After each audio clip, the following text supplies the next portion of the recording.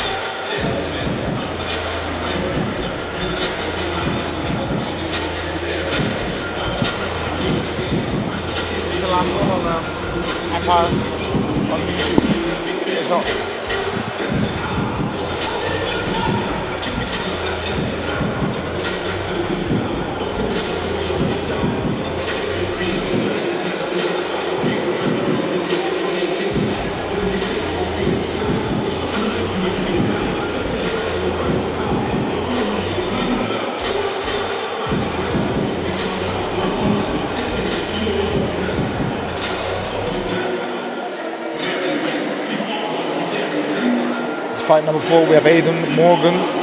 He starts in May week in the walk. For this amateur featherweight 3 times 3 minute round fight.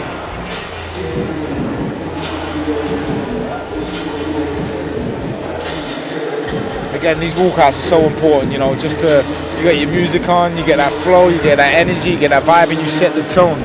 You come in and he just, ultimately just starts you off on the right foot where you need to be. Again, just securing everything that you need to know who you are, what you've done, what you've trained for.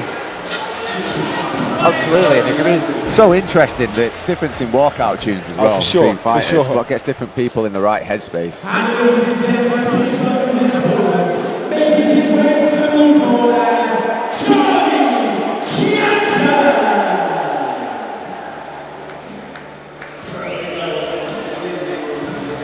Charlie Chanter from Next Generation.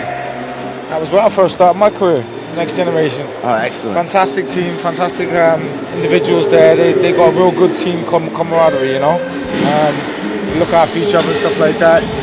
And for sure, it's, when we talk about that intimidating corner, you got like Molly McCann, Paddy Pimler come from that gym, stuff like that. Paul Rimmers, the head coach there. I think it's gonna be intimidating for any opposition to see that, facing you. And I suppose it's going to give Charlie some massive confidence because this is his debut fight at A-class amateur mixed martial arts. So he's literally got the best start. He's got a super experienced corner there. Like a team like Next Gen with their size, reputation, they could do what some other teams do and just send like some random other fire out for the guys who are making a debut. But no, they've literally got the cream of the crop coaches heading out with people for their debut fight. That says a lot about the culture at the gym. It does, it really does. And again, like I say, it sets the tone. Next Generation have an extensive team. They have a lot of guys in the gym that obviously are there training together and stuff like that. So you want that variety of opposition to be able to gain that experience and knowledge, And for sure, that's going to be one thing that Charlie Chanter's going to have on his side.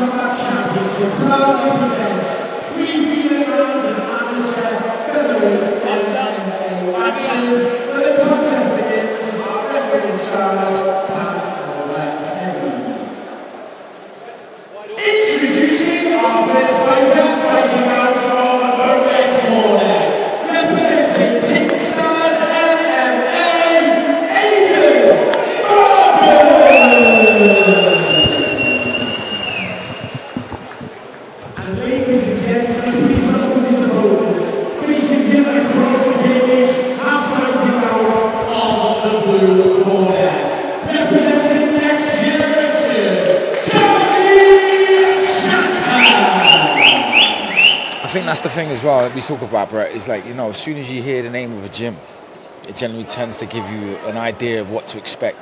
And as I say again, for Charlie Chanter, going into this, he'll know his backing. And then for Aden Morgan, coming up against Charlie, he's also going to be thinking about, where he comes from and who he's surrounded by. Super aggressive start from both lads in the open stance. Aden Morgan, the more experienced man, he's had 4 amateur fights. Like we mentioned earlier, Charlie's in his debut.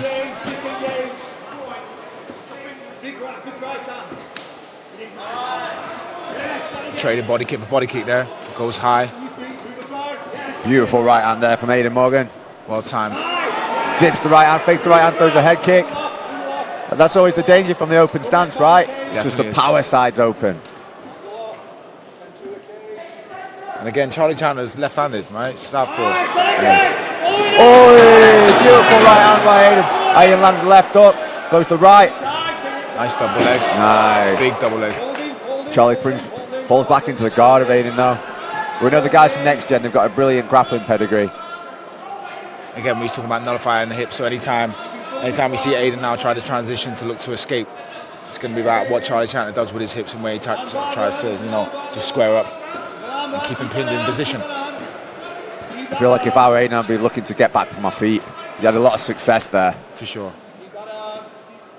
Not let Charlie Chanter progress through the guard. Or he wanted to step over to mount because he's got those long legs, right? So Definitely. he can quite quickly slide over to mount.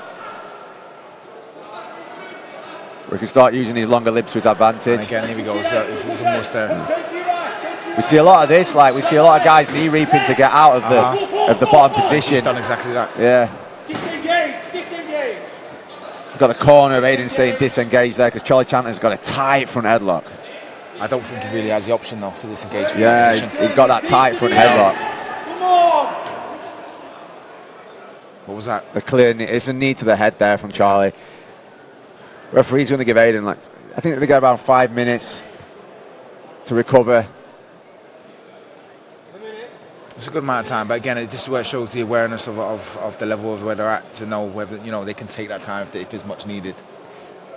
And the level of refereeing, we've got one of the best referees we can get. Oh, for sure. In like Europe, and internationally in there, who's going to spot things like that. He's constantly looking out. Must be like a chess player. Like I wonder how many calories he burns in mental energy. He does not just miss on his eyeballs, yeah, right? he does not miss a trick. Yeah. He does not miss a trick. Well, that's what you want when you're fighting. You want a good referee. Of course. Again, because they don't want to dictate which way to Aden with that huge left hook. Okay, I've put that. Driving in, Charlie. Lovely knee. Clinching knee. I don't think that would have been the wise move though from Aden. You've got the corner saying dumping, but Charlie said quite happy to grapple, and Aden was having a big success in the striking. If I was his corner, I'd be telling him to break free and get back to punching. Yeah. He's quite clearly got a lot of power. Yeah. Stay on the outside a little bit. Again, it's deciding what's right for your fight, right? Making the right choices. And if you are that voice in his ear, you know, that he listens to the commands, it's big. And sometimes it can be detrimental if you get the wrong command at the wrong time. As again before, look, we now in that headlock position, but you know, he's telling him to break away. And understandably, that's where he's strong. And if you just crack somebody with a big left hook, you want to be staying on him and driving the power on, not take. Because when you're grappling, you go to the, as you know, Danny, like if you go to the grappling, you kind of take away your element of the fact that the equilibrium of your opponent's totally off. Like you've rocked him. Like let's have a look, see if we get a replay of any of these striking moments. Beautiful catch of the kick.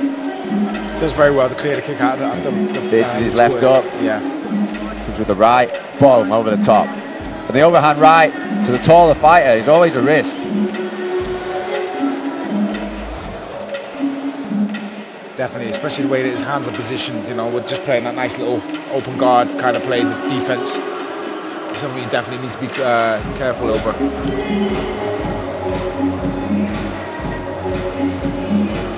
Be interesting to know what the corners are actually saying here.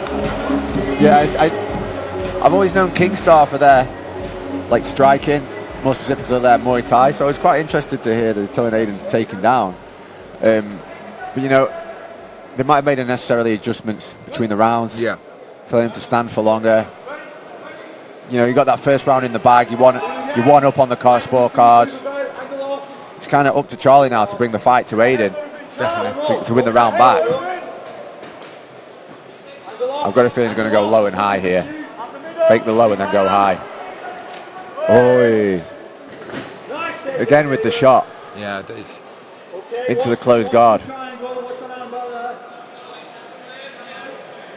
I mean, if I was fighting a guy from Next Gen, I think the last thing I'd be trying to do is take down to land in the guard, maybe trying to pass the guard on the takedown. But, you know, maybe these guys have seen something we've not seen. No, I think you're right, Brett. You know, ultimately it's like trying to play a fight into someone else's hands, especially if you're winning the striking exchange. Yeah. Which he must know himself. He must know that he's dominant in that position. Certainly. But this is a turn of events. We've got Charlie on top, raining down strikes, and he's got those long arms as well, so he can cut through the guard of Aden. We're in a position where. But this is what mixed martial arts are all about, right? It can turn on a dime. Yeah. Look at Aden set up the armbar. Charlie's looking quite calm there, but that arm's getting straighter. He's getting straighter. Yeah. He's getting straighter. So Aden needs to uncross his feet, that's it. Pull down with the left leg while he cranks his hips up. Exactly that.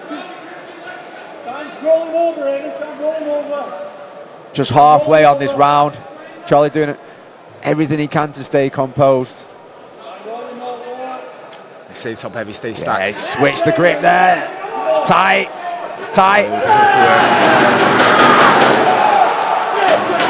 You see the elation on the face there of Aden when he turns around. He says, and his corner.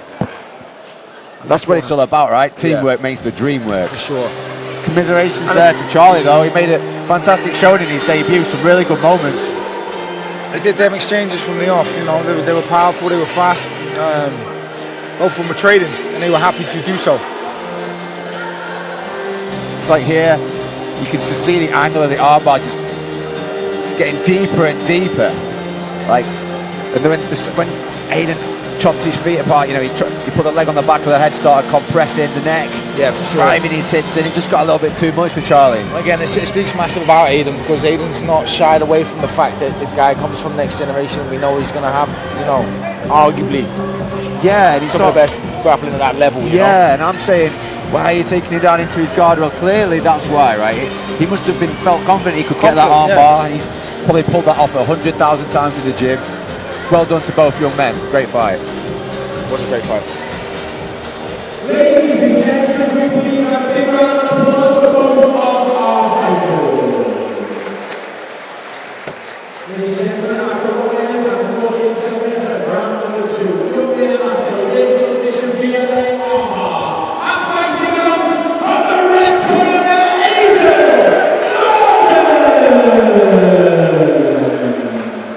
Ladies and gentlemen, please a big round of